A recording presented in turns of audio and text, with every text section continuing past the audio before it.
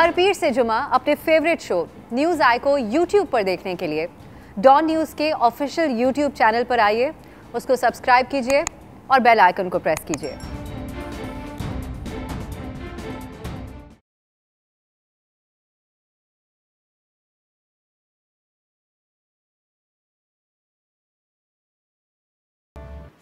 अस्सलामुअलैकुम, मैं हूं अफसा कोमल। ऑपोजिशन हुकूमत के खिलाफ तहरीक अदम एतमाद के लिए इस हद तक जारी है कि इत्तेहादियों को कायल करने के लिए कोशिशों में आपने देखा इतवार के रोज शहबाज शरीफ साहब 14 साल बाद माजी की तल्ख यादों को एक तरफ रखते हुए चौधरी बरादरान से मुलाकात के लिए उनके घर चले गए।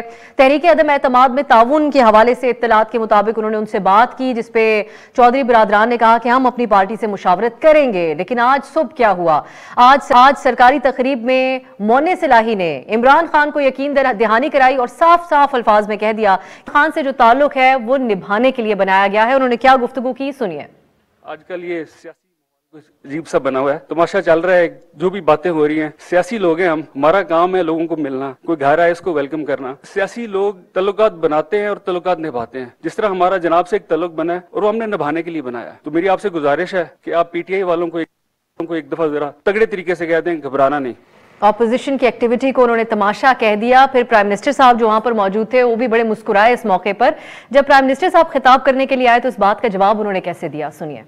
मैं समझता हूँ पाकिस्तान के वो पॉलिटिशियन शायद ही किसी के पास वो स्किल्स हो पॉलिटिक्स के जो चौधरी शुजात के पास है। हमारा इस वक्त आपकी फैमिली के ऊपर पूरा इत्मीनान है। ऑपोजिशन की जो मुलाकातें चल रही हैं उस बारे में क्या कहा प्राइम मिनिस्टर साहब ने?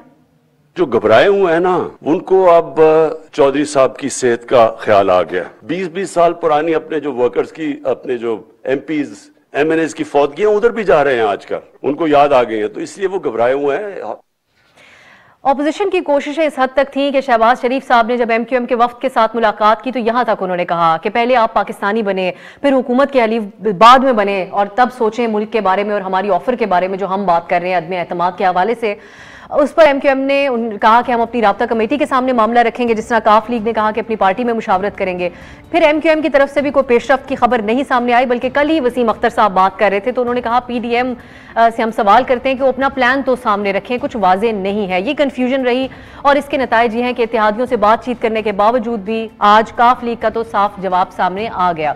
अब आज कुछ खबरें ये भी रिपोर्ट हो रही थी कि मौलाना फजलुर रहमान साहब ने लाहौर में जहांगीर तरीन से 2 दिन पहले मुलाकात की। अब ये भी एक सवालिया निशान है कि अगर उसमें कोई खातिर खा डेवलपमेंट हुई तो फिर उसको खुफिया क्यों रखा गया, आज ये जराए से क्यों खबर सामने आ रही है, इस बारे में भी पूछेंगे हम कि मुलाकात हुई या नहीं हुई।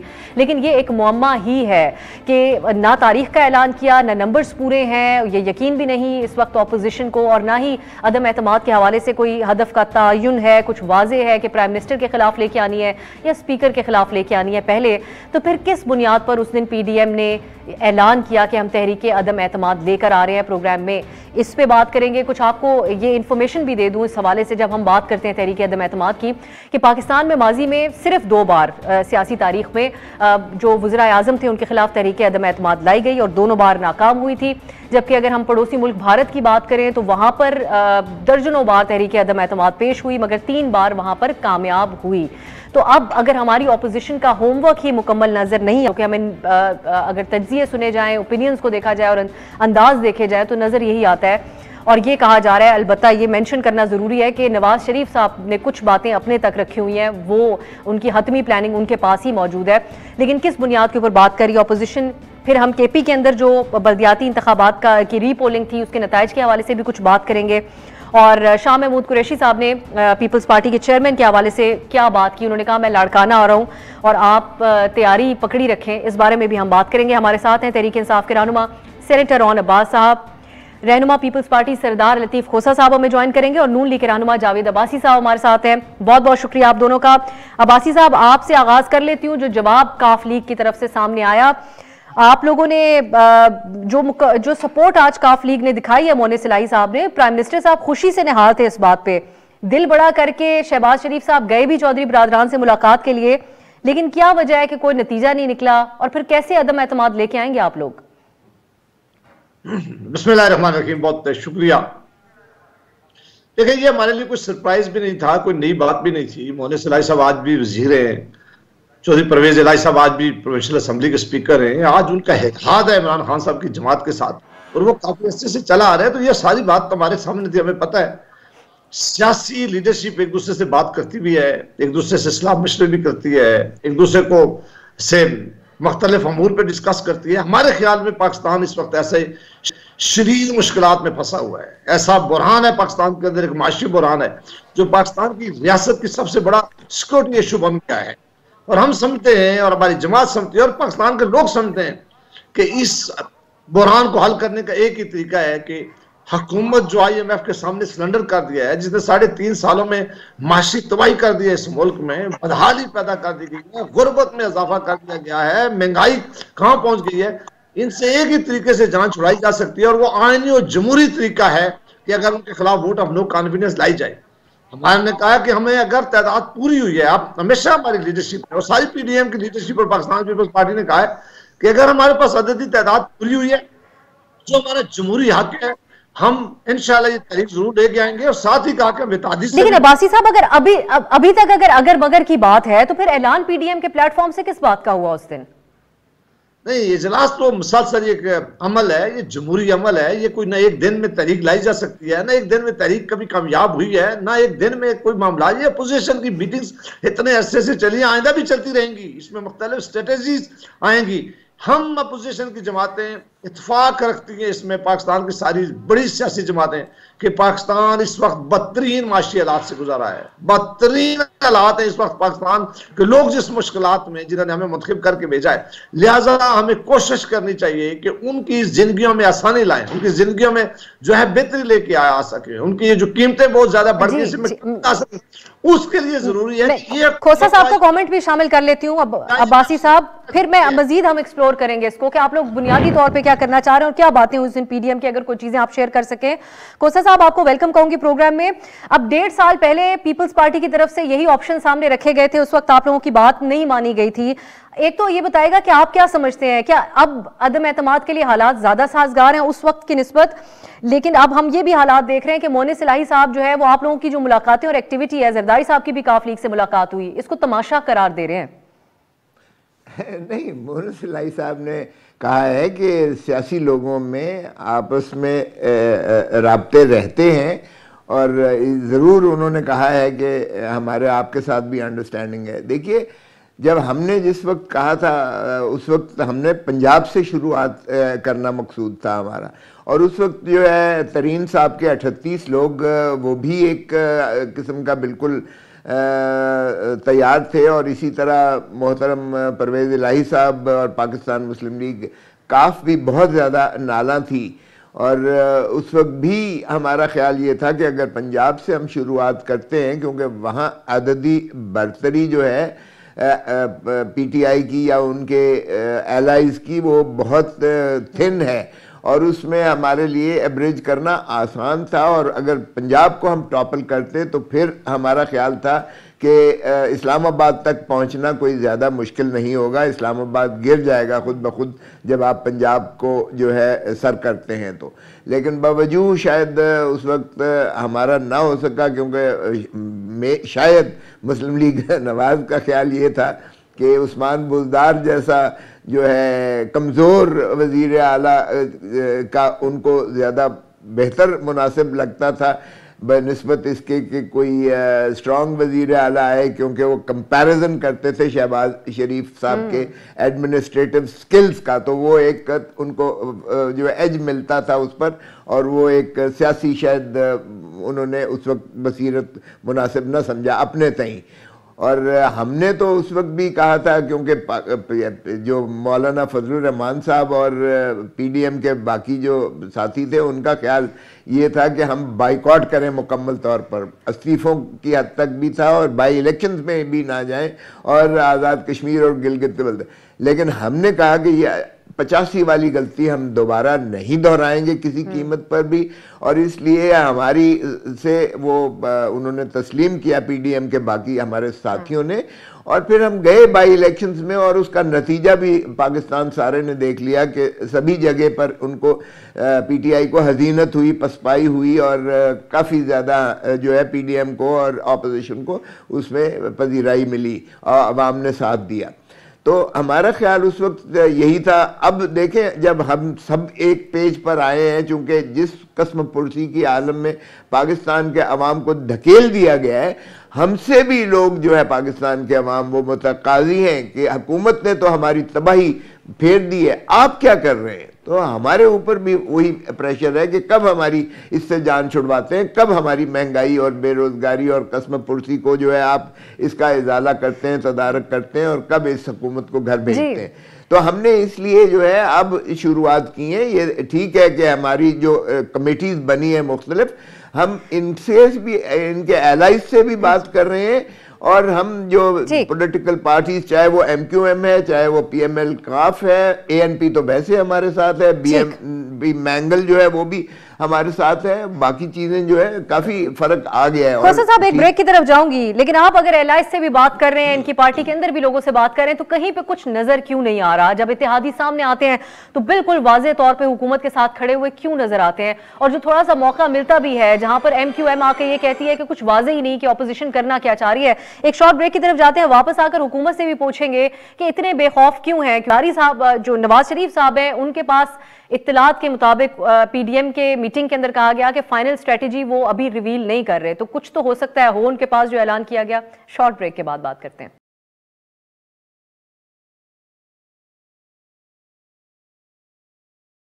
ब्रेक के बाद खुश आमदीद। हम बात कर रहे हैं तहरीक अदम एतमाद के हवाले से, क्या पोजीशन है इस वक्त अपोजिशन की और हुकूमत क्या सोच रही है। बज़ाहिर बहुत ज़्यादा पुरएतमाद है। सेनेटर ऑन साहब, ये एतमाद भी दुरुस्त है कि जब आज ही काफ लीग ने भी एक इत्तेहादी ने कम अज़ कम खुलकर कह दिया है, लेकिन कुछ तो नवाज शरीफ साहब के जहन में भी चल रहा है, कुछ तो सोचकर PDM की तरफ से ऐलान किया गया। 2-3 थ्योरीज इस टाइम गर्दिश कर रही हैं, दीगर मेहमानों से भी इस पर बात करेंगे।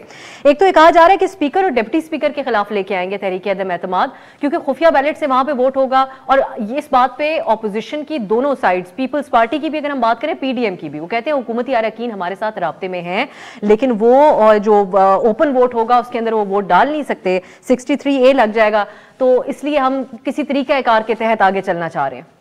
बिस्मिल्लाहिर्रहमानिर्रहीम। मेरे ख्याल में ब्रेक से पहले मेरे दोनों ऑनरेबल सीनियर्स ने अपनी गुफ्तगू में कम अज़ कम ये अखज़ कर लिया था कि ये पाकिस्तान की तारीख की सबसे छोटी अदम एतमाद की तखरीबकारी अपनी मौत खुद मर चुकी है। आप खोसा साहब की गुफ्तगू से लगा लें कि जब इन्होंने प्लान किया था उस वक्त ये फैक्टर्स थे, उस वक्त पंजाब में ये हो सकता था, उस वक्त ये हो सकता था, क्योंकि नून लीग ने डिले किया इसीलिए गलत टाइम के ऊपर गलत स्ट्रैटेजी बन गई। इसको फिर थोड़ा पीछे लेके जाते हैं। जिस दिन PDM लाहौर में इकट्ठी हुई थी उस दिन आपने वो पुरनूर चेहरे तो देखे होंगे, वो पुरनूर माहौल भी देखा होगा जो कमरे में था। और उसके बाद जब प्रेस कॉन्फ्रेंस, बॉडी लैंग्वेज को नहीं रीड करते, बॉडी लैंग्वेज आप मेरी देख लेना और उनकी बॉडी लैंग्वेज अंदाजा कर लेंगे हम कितने घबराए और ये कितने घबराए। वापसी पे आपको सिर्फ अंदर की बात बताओ, अंदर उन्होंने कहा कि जी फजल रहमान साहब, आप 23 मार्च का जो अपना लॉन्ग मार्च है उसको विड्रॉ करें।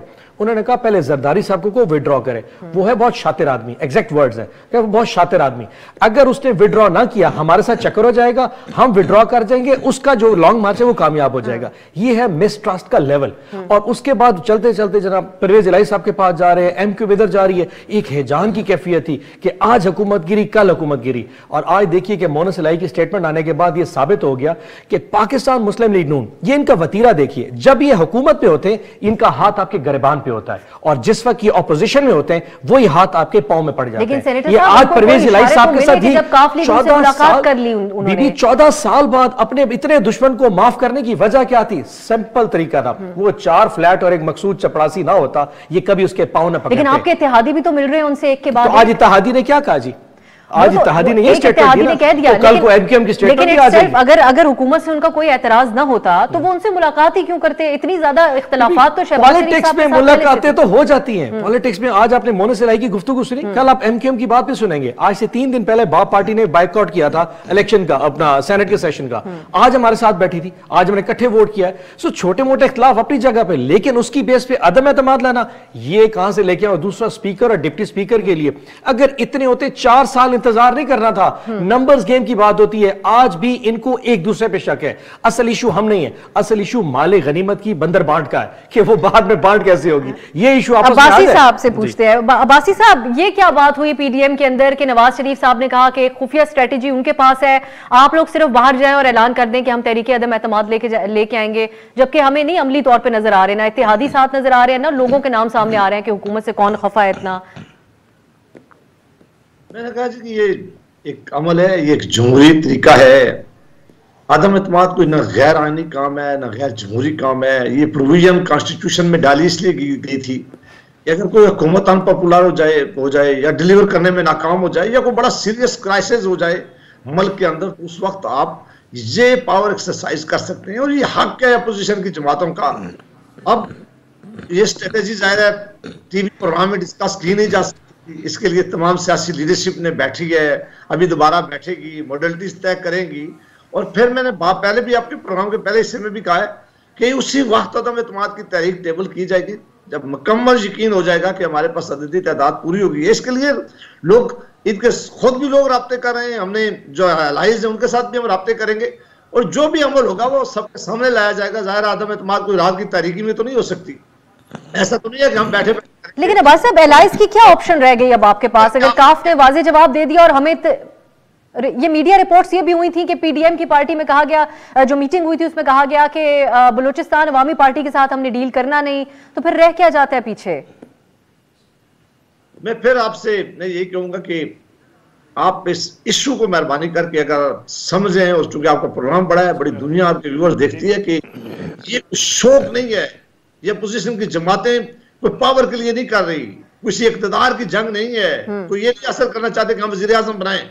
मुल्क, इस मुल्क की माशी हालात कहां पहुंच गए हैं, इस मुल्क आज कहां खड़ा है, इस मुल्क के सिलेंडर कर दिया गया है इसके आधारों को। आज मुल्क में महंगाई का आलम है और मैंने पहले अपनी गुफ्तगू में अल्फाज इस्तेमाल किया था कि ये सिक्योरिटी सबसे बड़ा इस वक्त मसला है जो इकानमी हमारी जहां हमें खड़ी कर दी गई है। अगर हमारे लोग इस वक्त तकलीफ में, हमारे लोग इस वक्त मुश्किलात में, हमारे लोग 2 वक्त की रोटी खाने के लिए उनके मुश्किलात है, तो जाहिर है कि अपोजिशन की जमातें मिलकर हर वो इकदाम करेंगी जो जमहूरियत के अंदर इजाजत देती है कि इस हुकूमत का पॉइंट भी अवाम जो है उसके लिए कोई बेहतरी लाई जा सके। अब्बासी साहब, फॉरेन फ्रंट के ऊपर पाकिस्तान को बहुत से मामलात इस वक्त दुनिया भर के अंदर तब्दील हो रहे हैं, मईशत के हवाले से डिबेट जरूर होनी चाहिए मुल्क के अंदर। इन सब चीज़ों के ऊपर अगर तवानाई अपनी सर्व की जाए और हमें भी हर रोज टॉक शोज के अंदर बैठ के अदम एतमाद आ रही है या नहीं आ रही। राना सनाउल्लाह साहब एक दिन कहते नंबर गेम पूरे और अगले दिन हमें पता चले कि इत्तेहादियों को तो कोई कॉन्फिडेंस में लिया ही नहीं गया, तो ये तवानाइयां इस तरफ चली जाती हैं, जिन मामलात की आप निशानदेही कर रहे हैं वो एक तरफ रह जाती हैं। तो अपोजिशन अगर उन्हीं की निशानदेही करती रहे कि ये असल अवामी मसाइल हैं और अदम एतमाद जैसी टीजर्स चीज़ों के ना दिए जाएं जो हकीकत पसंदाना ना हो, जब आपके हाथ में सब चीजें हो तब सामने लाई जाएं, तो ज्यादा क्लैरिटी नहीं मिलेगी और आसानी हमें भी मिलेगी बातचीत करने की इश्यूज के ऊपर। अब्बासी साहब, नहीं, जो बात आप कह रही हैं कि देखें, मैं फिर अब इस बात को दोहराऊंगा कि हमने बड़ी कोशिश की थी। जब पहली स्पीच की लीडर अपोजिशन शहबाज शरीफ साहब ने, उन्होंने सबसे पहले हाथ बढ़ाया, उन्होंने कहा कि आप इस मुल्क की इकानमी तबाह कर देंगे क्योंकि ना तो आपके पास कोई टीम है, लिहाजा मेहरबानी करके आए और हम COD charter of economy sign करें आपस में बैठकर ताकि इस मुल्क को आगे लेके चलें। इन्होंने ताने दिए, इन्होंने कहा कि ये तो अपने केसेस माफ करवाना चाहते हैं, इन्होंने ताने दिए कि ये तो NRO मांग रहे हैं। और फिर जब भी कोई बड़ा इशू आया, सारी अपोजिशन इकट्ठी हुई है। इवन के जब पुलवामा का मामला हुआ, मिलिट्री और सिविल लीडरशिप इकट्ठी बैठ गई है। वज़ीर आज़म साहब ने कहा कि मैं नहीं बैठना चाहता अपोजिशन के साथ। जिस मुल्क का वज़ीर आज़म उस मुल्क की सबसे बड़ी अपोजिशन और जमहूरी पार्टियों को अपना दुश्मन समझता हो, उनसे साथ बैठता ना हो, जिन्होंने पार्लियामेंट को बेतौकील कर दिया हो, जिन्होंने महंगाई की सालत कर लिया हो, उसमें अवाम के लिए ताज़ा में सियासी जमातें उठकर हुकूमत के खिलाफ खड़ी हो और हम इस हुकूमत का, इस अवाम से जान छुड़ाएं ताकि पाकिस्तान में खुशहाली आए, ताकि पाकिस्तान में बेहतरी आ सके।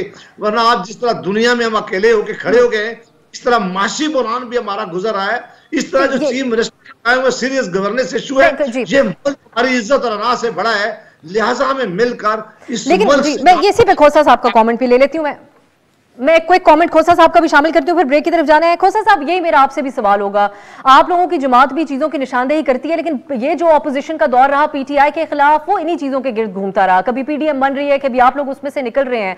अब आप एक तो ये बताएगा कि पीपल्स पार्टी इस थियोरी को कैसे देखती है कि स्पीकर और डिप्टी स्पीकर के खिलाफ लेके आएंगे, फिर उसके बाद प्राइम मिनिस्टर साहब जो है वो मोरल उनकी कोई रहेगी नहीं पोजीशन और प्रेशर होगा उनके ऊपर, और वो फिर वहां से कोई ना कोई फायदा आप लोगों को हासिल हो जाएगा। वरना तो अगर मिसलीड अवाम होते रहेंगे बार बार ऐलानात से, तो फिर तो शेर आया वाली हिसाब किताब हो जाएगा। शेर आया किसी सियासी नारे से कोइंसिडेंस ही है इसकी मुशाबत, लेकिन ऐसा मामला हो जाएगा अवाम की नजर में ऑपोजिशन के हवाले से। देखें, अवाम की नजर में एक ही चीज है कि ये हुकूमत कर क्या रही है उनके साथ। इस हुकूमत ने जितने वादे किए थे, 1 करोड़ नौकरी देने का, 50 लाख घर देने का, कशकोल का प्याला तोड़ देने का, और जाने क्या क्या वादे किए थे, वो 10 ट्रिलियन के बिलियन के पता नहीं कितने दरख्त लगवाने का, और पाकिस्तान को जो है वो इस तरह से इधर से $1 अरब उसके मुंह पे मारूंगा, दूसरा अरब इधर से लेके आऊंगा, सबको अंदर कर दूंगा, बंद कर दूंगा। पाकिस्तान की अवाम ये देख रही है कि डिलीवरी क्या है इस हुकूमत की। इस हुकूमत ने तबाही के दहाने पर मईशत को लाके खड़ा कर दिया है। 2 करोड़ लोगों को गुर्बत की दहलीज से नीचे धकेल दिया गया है। आज हर शख्स, बच्चा जो पैदा हो रहा है, 2,75,000 रुपए मकरूज पैदा हो रहा है। इस हुकूमत ने कशकोल का प्याला तोड़ना तो दरकिनार ड्रम लेके सारी दुनिया के आगे भीख मांग रही है। एक एटॉमिक पावर जो दुनिया की इतनी बड़ी कुव्वत है, उसको इसने जलील और रुसवा दुनिया के आगे कर दिया है, और जो स्टेट बैंक है उसको गिरवी रख दिया है इन्होंने। इस हुकूमत ने हमारी सॉवरेनिटी, हमारी इज्जत नफ्स, हमारा सब कुछ मजरूह करके तबाह करके हुकूमत को रख दिया है। ये माफ कीजिएगा, अवाम ये देख रही है। अवाम, हम तो अपना किरदार जो अदा कर रहे हैं, और अल्लाह का शुक्र है कि फोन होना बंद हो जाए। अगर फोन बंद हो जाए तो ये तहरीक भी कामयाब होगी और सब कुछ कामयाब होगा।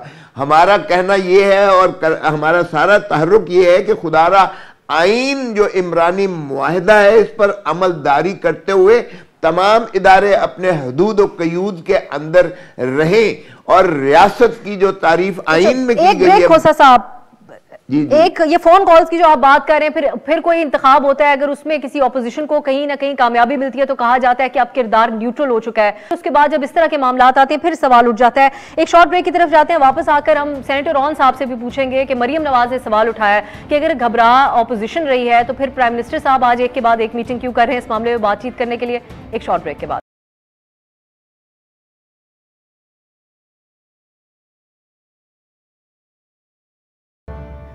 ब्रेक के बाद खुशामदीद। हम बात करें अदम एतमाद के हवाले से। काफ़ी कन्फ्यूजन है और हुकूमत का एतमाद है जो अभी तक बज़ाहिर लगता है दुरुस्ती है एतमाद, लेकिन सेनेटर रॉन साहब, मरियम नवाज साहिबा ने आज सवाल भी उठाया कि अगर इतना ही एतमाद है और घबराई हुई अपोजिशन है बकौल प्राइम मिनिस्टर साहब के, तो फिर सीईसी की मीटिंग भी हुई, मीडिया स्ट्रेटेजी टीम की भी हुई, और मीडिया के अंदर हेडलाइंस भी ये बनी कि उसके अंदर अदम एतमाद के बारे में बातचीत की जाएगी।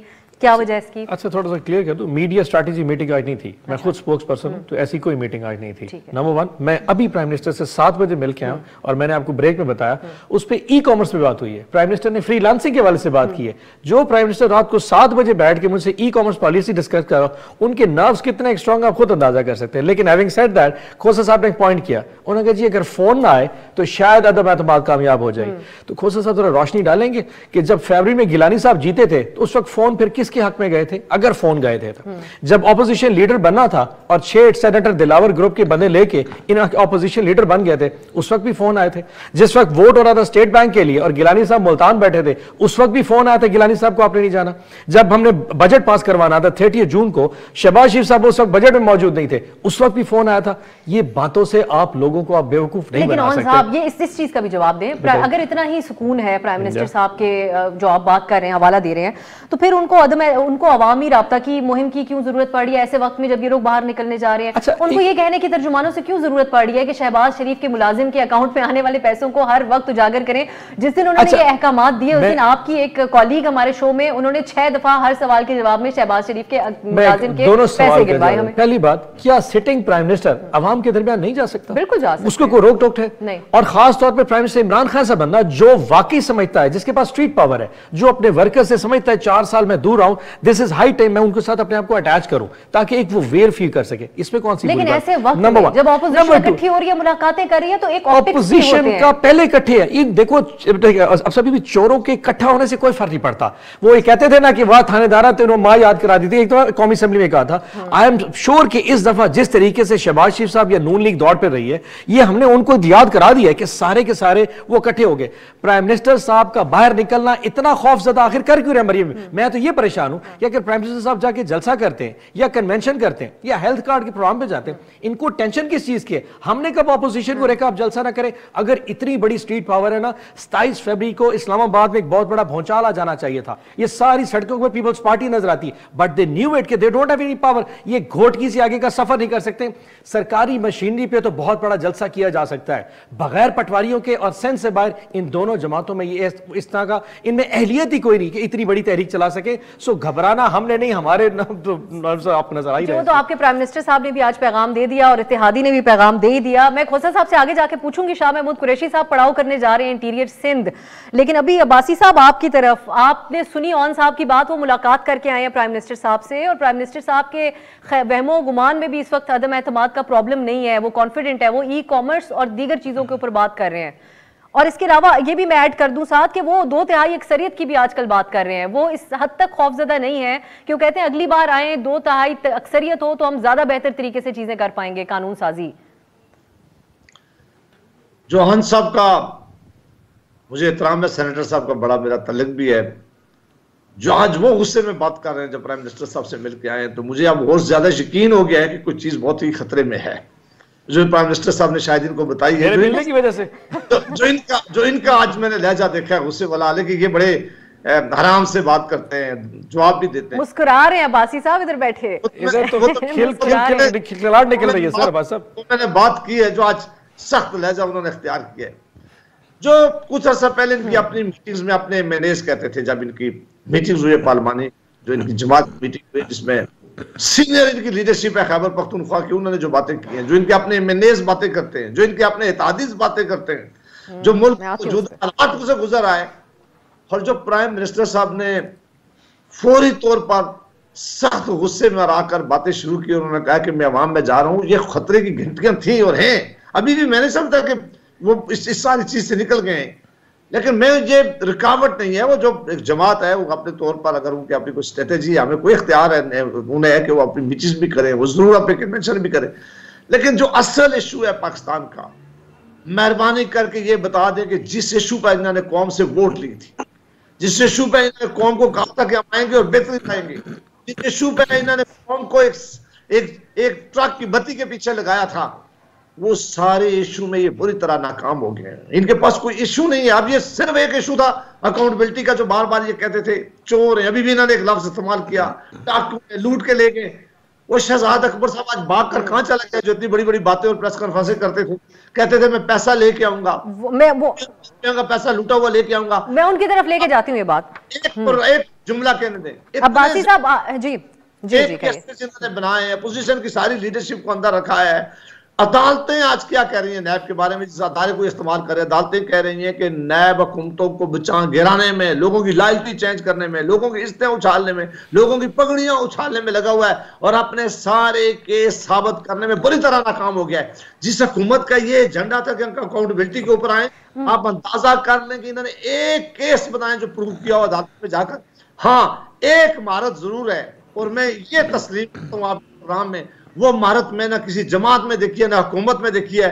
इल्जाम लगाना, गाली देना, लोगों की पगड़ियां उछालना, लोगों के साथ झुकते करना, असल इशू से तवज्जो हटाना, इसमें यकीनन पीटीआई बड़ी महारत। ये भी एक डिबेट है। हम ये एक अलग से डिबेट, ये मैं खोसा साहब का एक कमेंट शामिल करूंगी। खोसा साहब, हुकूमत का एक और एतमाद को इस एंगल से भी मैं देख रही हूँ कि इस हद तक है कि वो सिंध में अब पड़ाव करने जा रहे हैं। शाह महमूद कुरैशी साहब, उन्होंने बिलावल साहब को खबरदार कर दी, मुतनब्बे कर दिया, और साथ ही फवाद चौधरी साहब ने भी उनको एक मशवरा दिया है, आपके पीपल्स पार्टी के चेयरमैन को। वो कहते हैं कि अपनी वालदा या अपने नाना वाली सियासत करें, अपने वालिद साहब वाली सियासत ना करें। और हुकूमत एक मुसलसल एक बयानिया बिल्ड करती है कि पीपल्स पार्टी एक महदूद सिंध की जमात है। क्या रद्द-ए-अमल है आपका इस पे? देखिए, मैंने खुद फवाद चौधरी साहब का नोटिफिकेशन किया बतौर सेक्रेटरी जनरल पाकिस्तान पीपल्स पार्टी के, चेयरमैन बिलावल के इनको जो है ये बने माशाल्लाह ऑन अब्बास की तरह तो नहीं spokes person, but media person की हैसियत से मैंने उनको कराया, नोटिफाई किया, और बाद में रिमूव भी मैंने खुद किया जब उन्होंने खैर से कुछ इस किस्म की जरा की। तो जहां तक फवाद चौधरी साहब का ताल्लुक है, उनकी तो ज़बान, खोसा साहब अगर आप शेयर कर सकें, उनकी ज़बान नहीं लड़खड़ाती थी जब वो तारीफ़ें करते थे मोहतरम आसिफ अली जरदारी साहब की और चेयरमैन बिलावल भुट्टो जरदारी और पाकिस्तान पीपल्स पार्टी, और इसी तरह जो शुभ वो कलमात इमरान खान साहब के बारे में और मोहतरम नवाज शरीफ साहब के बारे में करते थे, वो ज़रा आपके चैनल खुद दोहरा देंगे। इसलिए मुझे खुदारा टर्न कोट की तो बात ना करें, कोई तो किरदार इंसान का होना चाहिए। अगर आप ऑपोजिशन में हो तो फिर आप और बातें करते हो, अगर आप हुकूमत में जाते हो तो फिर आप और बातें करते हो। कम से कम कुछ तो तसलसल कंसिस्टेंसी होनी चाहिए। कैरेक्टर तो यही होता है। बार क्या अगर आप बार बार अपने बदलेंगे और पैराशूटर्स की तरह, जिस तरह है कि जी हम तो हर हुकूमत के साथ होते हैं, हम तो पार्टियां नहीं बदलते और हुकूमतें बदलती रहती हैं, अगर इस तरह के रवैये के साथ हमने जो है सियासतदान बनाने हैं तो फिर माशाल्लाह किरदार इनका बहुत ज़्यादा है। मैं क्या कह सकता हूँ। देखिए दूसरी बात जो आपने की है, देखिए हमारा जो है ये मकसद नहीं है कि पाकिस्तान तहरीक इंसाफ ने तरक्की नहीं की है। यस, बहुत तरक्की की है। डॉलर 105 से 180 पर ले गए, बहुत तरक्की की है इन्होंने। हमारी जो है कीमतें तेल की जो है ये जितना पे था आज 150 रुपए जो है लीटर मिल रहा है, बहुत माशाल्लाह तरक्की की है। चीनी माफिया को बहुत प्रमोशन हुई है, 55 रुपए चीनी से 125 रुपए पर जो है चला गया किलो, वो बहुत तरक्की की है। अगर इनकी तरक्की के मैं दास्ताने गिनता जाऊं तो आप हैरान होंगे कि जितनी तरक्कियां इन्होंने की हैं। लेकिन एक चीज बता दें, ट्रिकल डाउन इफेक्ट जो आवाम को फायदा इन्होंने दिया हो, एक वो बता दें वादा जो इन्होंने पूरा किया हो और यू टर्न न मारी हो। गिनीज वर्ल्ड रिकॉर्ड में मोहतरम इमरान खान साहब का यू टर्न मारने का रिकॉर्ड आएगा। आप देख लीजिएगा कि मैं कोसा साहब बड़े एहतराम के साथ है आपके एक ब्रेक, मैं फिर ऑन साहब की भी इजाजत से एक ब्रेक पे जाऊंगी, वापस आके आप पे कुछ टाइमिंग हो रही है। लेकिन कोई एक चीज अब्बासी साहब और खोसा साहब आपसे मैं पूछूंगी, जो ऑपोजिशन ने किसी एक मौके पर टफ टाइम दिया हो इस हुकूमत को, एक शॉर्ट ब्रेक के बाद।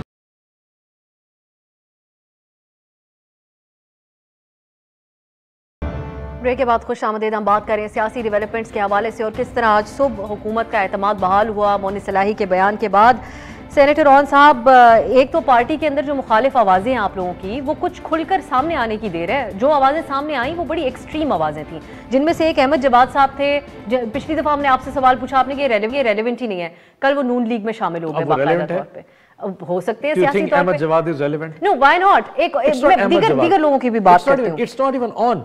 ये एक मिजाज है। जो लोग आपके पार्टी के करीब तरीन, प्राइम मिनिस्टर साहब के करीब तरीन रहे, जुल्फी बुखारी साहब कुछ दिन पहले बोले क्या कि शहजाद अकबर साहब ने जो कुछ हुआ, जो उनके हुकूमती तर्जुमान उनकी तारीफें करते थे, उनसे भी जवाब तलबी होनी चाहिए। शहजाद अकबर के साथ क्या हुआ, वो क्या कर रहे थे, उनके हवाले से कहा गया कि वो मिसलीडिंग डॉक्यूमेंट्स प्राइम मिनिस्टर साहब को बात कुछ और करते थे, डॉक्यूमेंट कुछ और दी जाती थी। तो ये कंसर्निंग बात है आप लोगों के पार्टी के अंदर? Not at all. मैं आपके सवाल जवाब दे रही हूँ, फिर उसके बाद सेनेटर खोसा साहब के भी और अब्बास साहब का जवाब भी दूंगा। देखिए, रेलेवेंस ये है कि आपका मैनिफेस्टो वही है, आपकी पार्टी वही है, आपका लीडरशिप वही है। ऑन के जाने से, अहमद जवाद के जाने से कोई फर्क नहीं पड़ता।